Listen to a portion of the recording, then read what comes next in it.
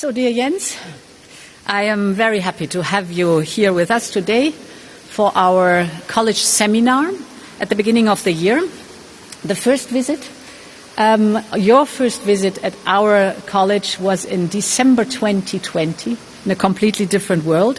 At that time, it was the very first time that a NATO Secretary General ever came to the European College, and it was already a sign for our excellent cooperation. Since then, our cooperation has only deepened and grown, and this is also reflected in the new joint declaration that we signed yesterday. So together we are now taking our partnership to a next level. This happens, of course, against the backdrop of an increasing geopolitical competition.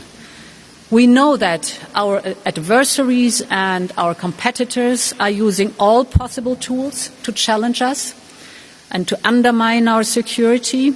They are afraid of our openness, of our transparency, of our democracies.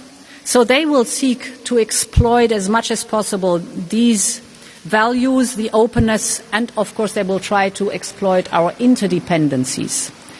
That's why it is so important that we stand together and strengthen our resilience overall.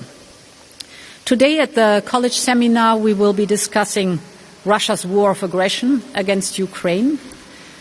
It is now day 322 of the invasion, and we will discuss our support to Ukraine from the humanitarian side to the economic side to the security assistance.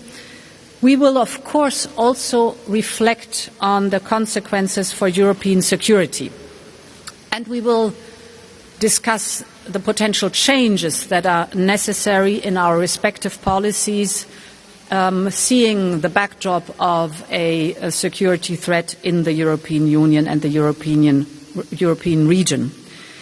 For that, we have, for example, to boost our defence capabilities in Europe, because we all know that a stronger European defence will also make NATO stronger. Since the beginning of Russia's war, Member States have started to increase their military spending. That's very good. But we do not only need to spend more, but we also need to spend better. This is important to avoid costly fragmentation. It is important to ensure that there is value for money. We need to build interoperable forces. That's the most important part. And of course, to maintain a strong industrial military base in Europe. We do already have the European Defence Fund, which helps to develop cutting-edge military technologies, and now we have to make progress on the joint defence procurement to harmonise that, to have a real common approach to that.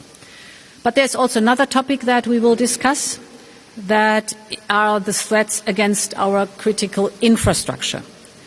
This is one important, it's a new focus for cooperation, and it is the security of our infrastructure where we have to step up the cooperation. We have seen the sabotage of Nord Stream that has shown that we need to be ready and that we need to confront this new type of threats. So today we are launching an EU-NATO task force for resilient critical infrastructure. This is a task force where our experts from NATO and the European Union will work hand in hand to identify key threats to our critical infrastructure, to look at the strategic vulnerabilities that we do have, then of course also to develop key principles to improve our resilience and to propose mitigating measures and remedial actions. The task force will at the beginning cover 4 sectors, that is transport, it is energy, it is digital, and of course we will report back our findings to the Member States or the allies. By now 23, if you count in Finland and Sweden, 23 Member States of the 27 in the European Union are also in NATO. It is about information sharing, it is about best practices, of course it is about early warning and shared expertise. But we will also discuss about other areas of cooperation. In short, welcome to the college seminar, and I'm happy to have you here. Thank you so much, Ursula. It's a great pleasure to be back and to again be able to meet with the College of Commissioners. It's really a pleasure to have this opportunity for the second time. Our partnership, the partnership between the European Union and NATO, is more important than ever because Russia's brutal invasion of Ukraine has fundamentally changed our security. In recent days, we have seen fierce fighting around Bakhmut and Soledar in eastern Ukraine. This shows once again the bravery of Ukrainian forces as they fight to defend their homeland.